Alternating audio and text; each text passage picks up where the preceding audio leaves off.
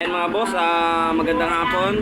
For today's video, mayroon tayong ginagawang ano ngayon, 400cc, singaw yung manifold niya. Ayan o, tatlong aero nito eh, walang kulang. Singaw yung manifold, ayan. Yung sensor niya, singaw din, ayan o. Kita yung mga lodi niya, singaw yan.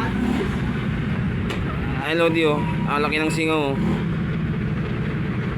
Ayaw mandar. Ikuskusin na ito mga ano, mga lodi.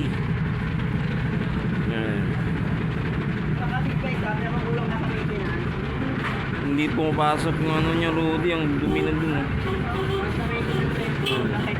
Tinanggal ko yung throttle niya, ayan o. Si mga Lodi, gagawin ko muna ito mga Lodi para walang singaw. Ayan o.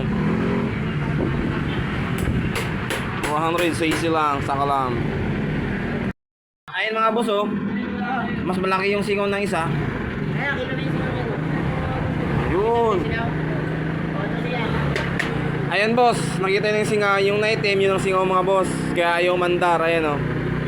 Okay, kita natin yung sakit mga boss ha. Yung sakit nakita na natin. Singaw na singaw, ayan o. Magaling talaga yung ano namin yun.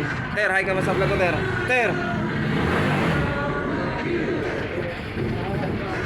Pa na, ano natin, na-repiece. Pag na-repiece to, makikita kung saan ang singaw nito mga bossing ngayon o.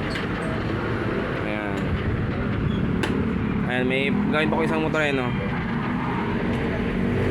Mga boss, oh, yan ang dating ano nyo, itsura, oh.